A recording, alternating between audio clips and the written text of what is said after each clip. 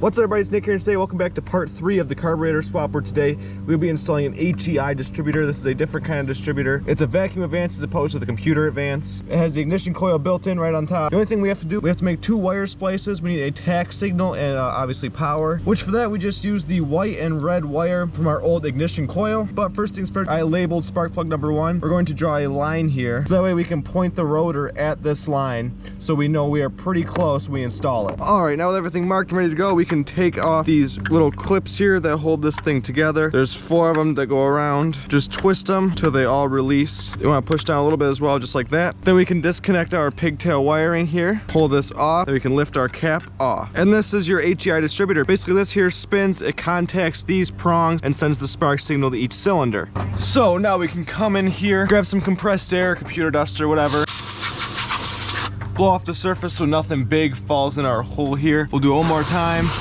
We will come down here. Make sure you have this little paper O-ring. We'll slide this up like so. We come in here, we point this near that line there, and this will move just a little bit, so you might want to put it like this. You want to slowly insert it in. You want this pointing also somewhat towards cylinder number 1. All right, and just like that, our distributor's installed. You want to make sure, I don't know if you guys can see, but it is sitting all the way down. It's seated, it's tight. We just barely cleared right here, which is a blessing. So now we can grab it and bolt it down. Now this is the fun part of the whole installation.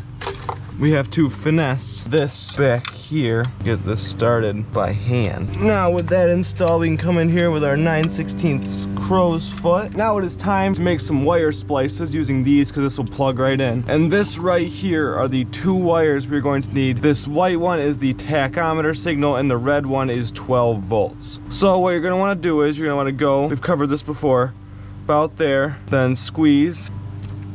So just pull away like that. Perfect, and there's our 2 wires. Now what you're gonna wanna do is make sure the end is nice like that. Shove it into our butt connector here. I'm gonna come here. This one's a 14, so you use the 16 to 14 in your wire crimpers. Squeeze this metal piece, just like so. That right there is crimped. And then for this red wire, same thing. Make sure that it's actually up in there. I'm gonna grab these. This is I believe this was 12. Squeeze, make sure it's nice and tight.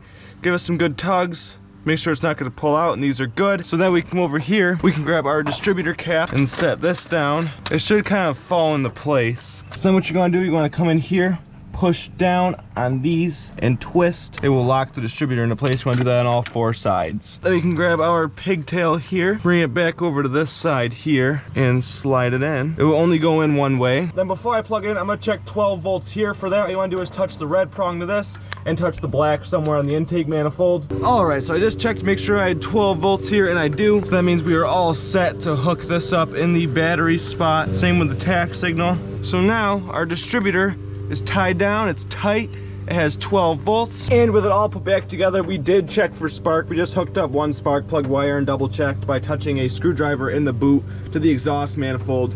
When you do that, as you're cranking it, you should see spark. And we have spark. So that means this is functioning properly. That means the only thing left to do is add our carburetor, do a little electrical work to make our 4L60E transmission work, buy random vacuum lines and plugs and things like that, and we are almost done with the carburetor swap. But that is it for me, guys. Thank you all for watching this video. I will see you guys next time. Make sure to like, subscribe if you are new, and stay tuned for future episodes of the carburetor swap, updates, how it's going, things like that. Make sure to follow me on Instagram and Twitter. It'll be in the description below. But I'll see you guys next time. Peace out.